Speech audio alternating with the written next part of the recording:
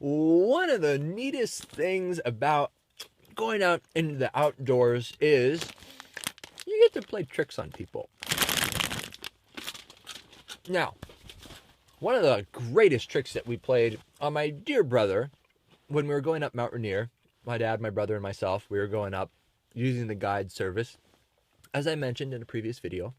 Well, what we did was at the very beginning of the trip, the guides have you get your backpack, which is fully packed, and unpack everything and lay it out in the parking lot so that they can walk around and be like, oh, I don't know if you should be bringing that, things like that, because they're used to getting people from, all over the United States that know nothing about, being very, very diligent with what you pack.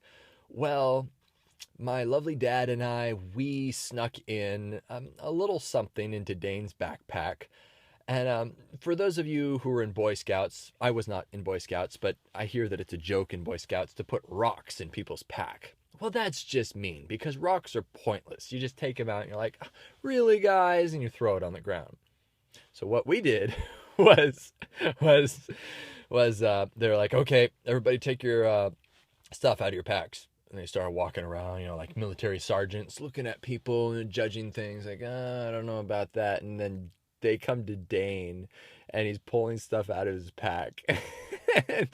And there, right on top, is a watermelon. and he's got this expression like, I don't know if I should deny this or accept this, because it's a watermelon. I don't want to leave it here.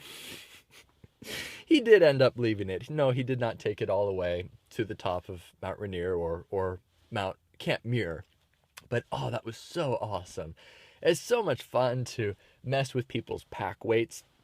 Another thing that I remember when I was growing up, we did a lot of youth group excursions, going out into the woods and stuff with the kids, when I was a kid, that is.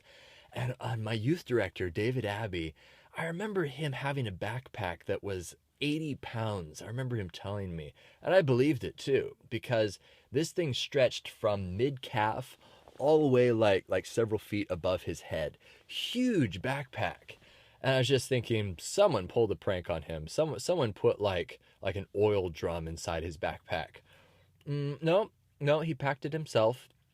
And we knew once we got into camp that he was going to be the one eating the best that evening. He had full steaks, he had whole onions, and a frying pan. He couldn't actually fit the frying pan in his backpack, so he sort of had to dangle it on the outside. Which, think of a heavy frying pan. The last thing you want when you're packing a frying pan is to have it swinging with every step that you take. But man, this guy was an animal, and he made it. He did it.